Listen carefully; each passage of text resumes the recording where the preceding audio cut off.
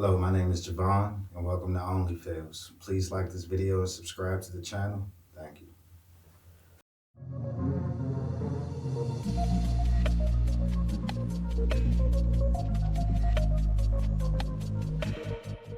How has failure impacted your life? Oh man, failure has become a part of my life as easy as breathing.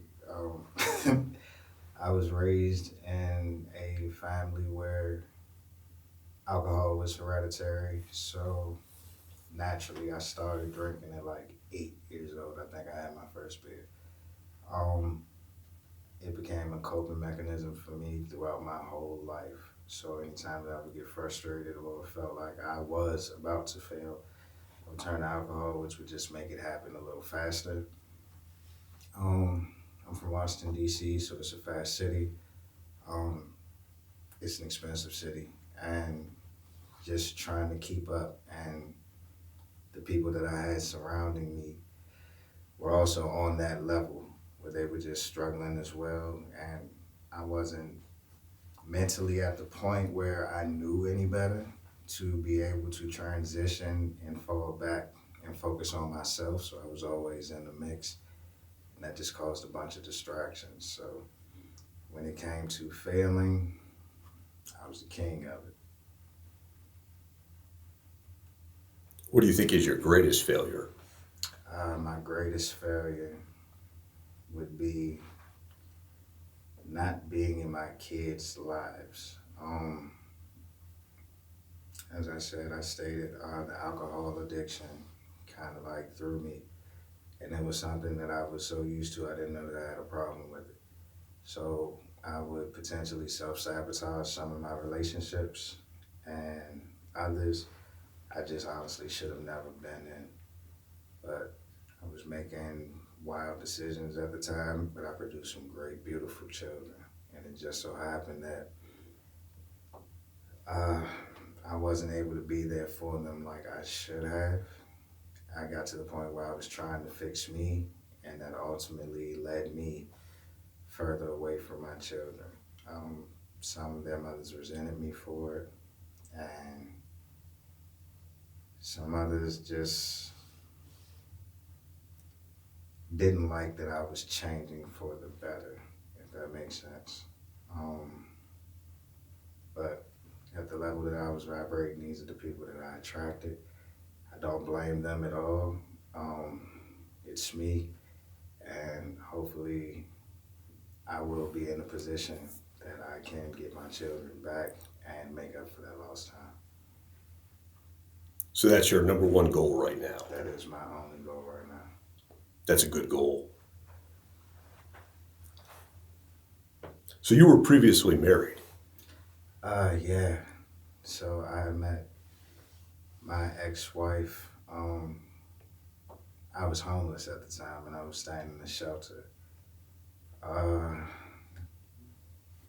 I went down to. It was actually at a McDonald's. So I got all fancy, got all dressed up, the tie and suit. Went down to the McDonald's to get the job. I actually got it. Um, she was in a relationship at the time. I liked her. Like I said, I was on a different vibration. I crossed some lines that I probably shouldn't have. We got involved while she was in a relationship to move it forward. She didn't want to be in that relationship anymore. I guess she just didn't know how to tell him.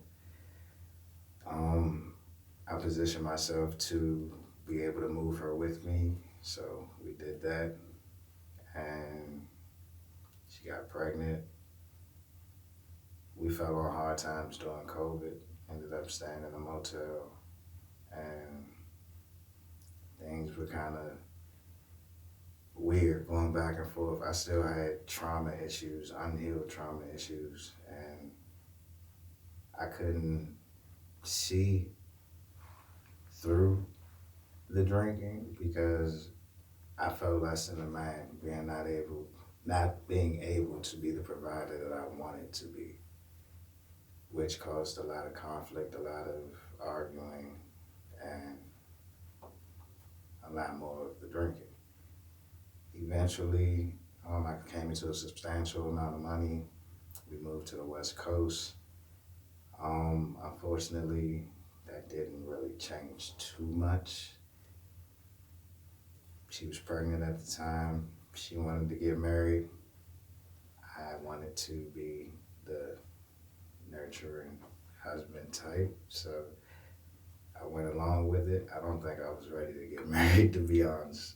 In hindsight, looking at it, I know I wasn't ready to get married. But we did that anyway.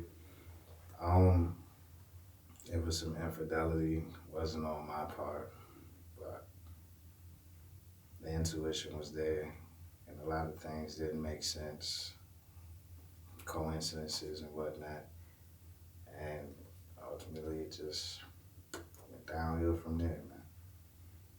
How long did the marriage last? Let's see. So for about, well, technically we are still married. I have not spoken to her in over a year and a half. There was an issue where we got into it about the infidelity because there were too many so-called coincidences going on, especially while I was at work.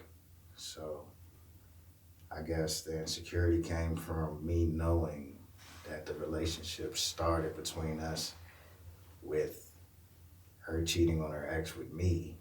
So that was always in the back of my head. So when I started noticing some of the same signs, of course, I automatically assumed, yeah, we had it out. I went to my drinking binge phase. Ultimately, it got to slight physical altercation where there was pushing involved. I got arrested. The next day, she completely disappeared. Took the kids and just no note, no nothing, abandoned the spot. I was incarcerated for about a month and a half with no contact order, so I wasn't able to keep in contact. I got out to no family, no place to live. Like I said, I'm from DC. I ended up in Idaho. Still had my job though. So I put all of my time and energy into my job and stability.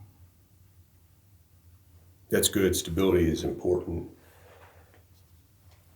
So when your relationship was fading, like you talked about infidelity as a sign, were there any other signs? We both had a bit of a drinking problem, but it was more so trauma bonding. So I really felt the need to be there for her because of the stories that I heard from her childhood and her coming up, because I resonated with a lot of it. The thing is, when you get into that type of position where you want to be a provider and a nurturer, you want to tell people about your experiences, but you want them to learn from them because you're seeing them in a different light than they see themselves. So it's kind of like you're seeing the potential in somebody, but potential can only be great if that person acknowledges that they have that potential. And that's kind of a trap that some people fall into. You can't fix people. People have to be willing to fix themselves. And then you specifically can't fix anybody without fixing yourself first. So that became an issue. If you do that, people will look at you like a hypocrite and like, who are you to tell me to do this when you have that to work on? And ultimately they're right, but you're coming from a good place and you have good intention when telling these people these things because you love them and you only want to help them. But you got to do that for yourself first.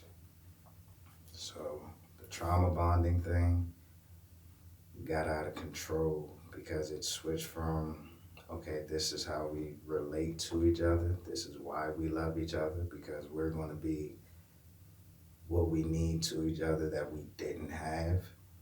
And it switched from that to, well, you should understand why I'm doing this or why I'm behaving like this, because I told you what happened to me. And that ultimately became like a crutch for somebody to accept emotional manipulation, abusive behavior, that type of thing, in the name of the trauma bond. So it became toxic really, really fast, man.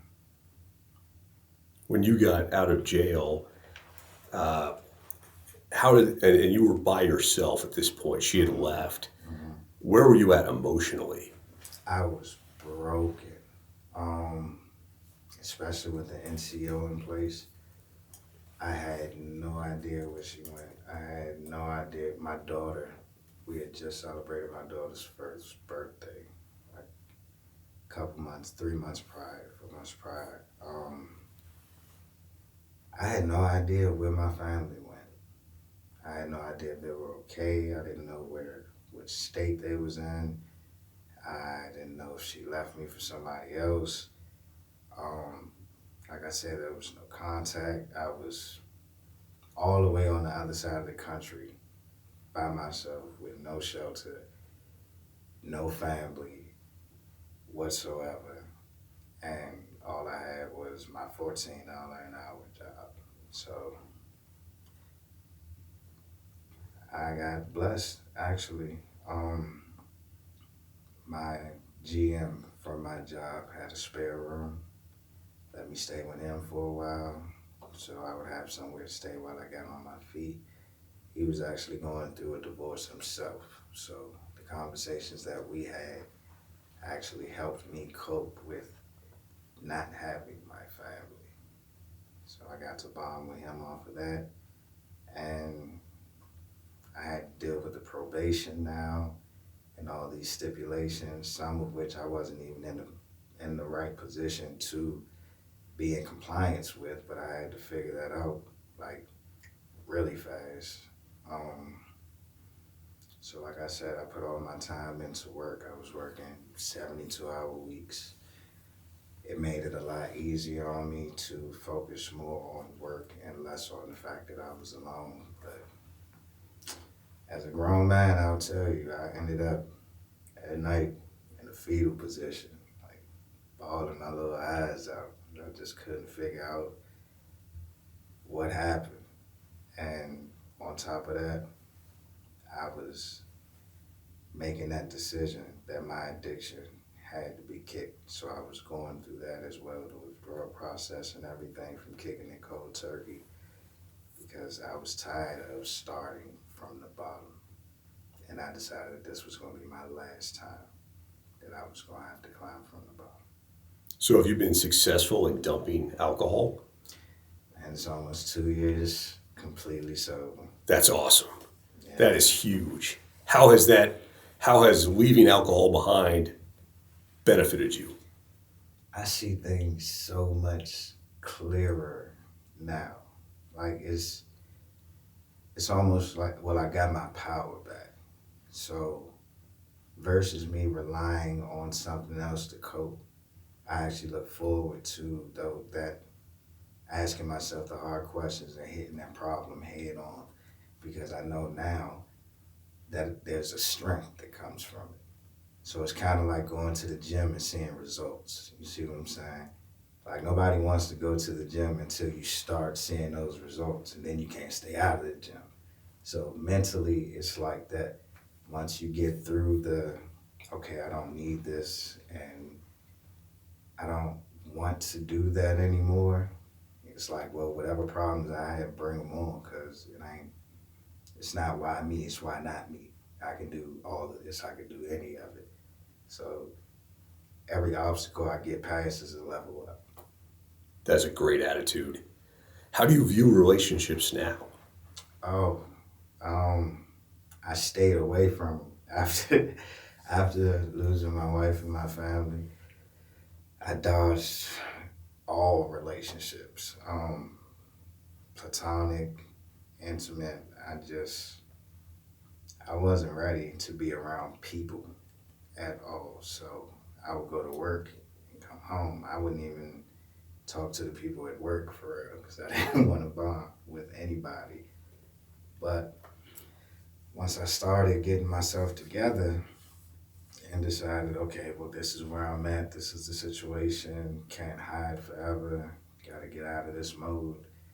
Um, I went into it knowing that I actually did the work and that I've come from an experience that would break most people, and it didn't break me. So I went into relationships knowing that I had something to offer people and that I knew my value. And if they were going through something, I was more than confident that I could help them through that problem if they wanted that type of help. And I just felt like I had more to offer the world from what I've come from and the trials and tribulations that I've overcame. I just felt like,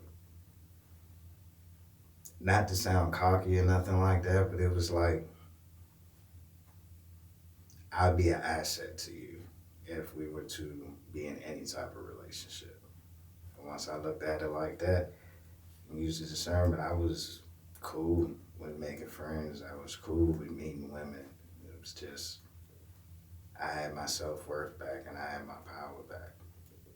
So you would say that out of your entire life, this is the best version of yourself. This is absolutely, without a shadow of a doubt, the best version of myself.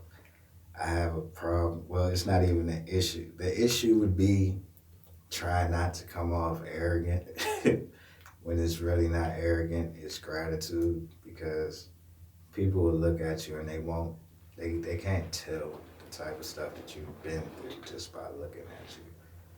Having a conversation with you is different, but even if you do tell them the things that you came through, they'll look at you like, I still don't believe it. I don't see that. Yeah, you look too unscathed. Yeah, exactly. A lot of unbotheredness. Yeah, they think that somebody that's gone through this is going to be more damaged. Yeah. But like I said, I've been through that stage. I was at that stage. I got past that stage. So if anything, I just want to let people know that it's definitely possible to do a whole 360. It certainly is. What are your goals for the future? Oh, well, I started a business in 2021. I have this thing about fashion. A lot of people don't know about DC. DC is a very fashion forward state. We like designers and we like bright colors and we like to look nice. It'll always be in me. I started a custom clothing business. It ended up tanking, but it got my foot in the door as far as getting into a business mentality. I am an Aquarius. I'm a rebel by nature. Um, I've had, like I said, because of my stability and my fear of success, put it that way. I didn't finish high school, didn't get the trades and all of that stuff that would propel me on paper, make me look better on paper.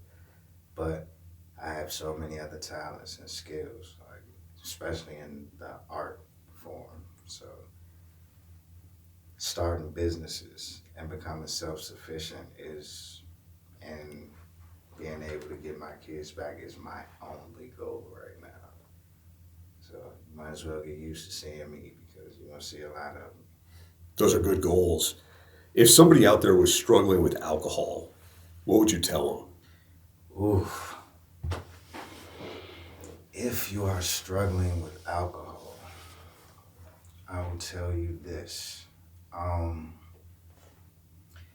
If you are the type that drinks and does not have a cutoff limit, know that you will go into what is called a psychosis, where sometimes you may talk to yourself, you may hear these voices, and you may overthink these things, and it will drive you completely nuts, to be honest. It is the addiction. I honestly think, and it's just a theory of mine, that alcohol feeds maybe certain parasites that you may have in your body. So I would say do a parasite cleanse, because sometimes it's not you that want to drink. It'll be the fact that your body and the parasites in you are like craving the yeast and the sugar from the alcohol. So that should definitely be on your list.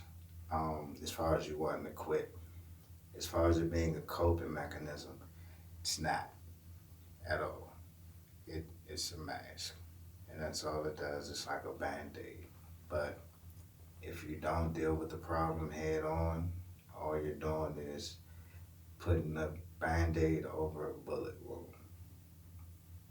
It doesn't help at all.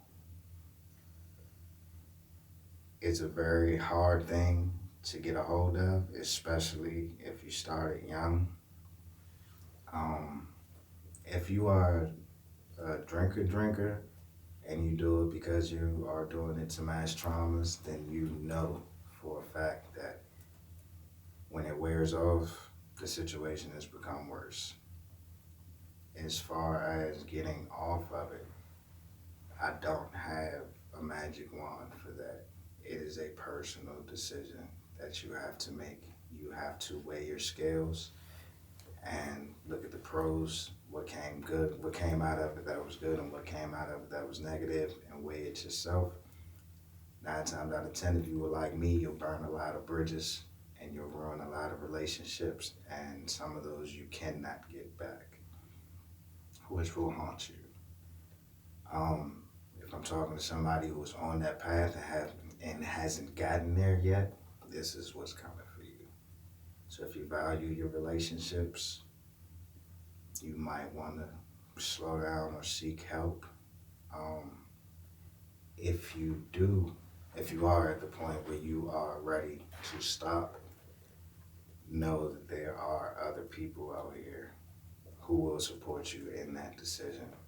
I am not the only one who is beating this addiction. It is one of the age-old addictions. They used to call them spirits for a reason.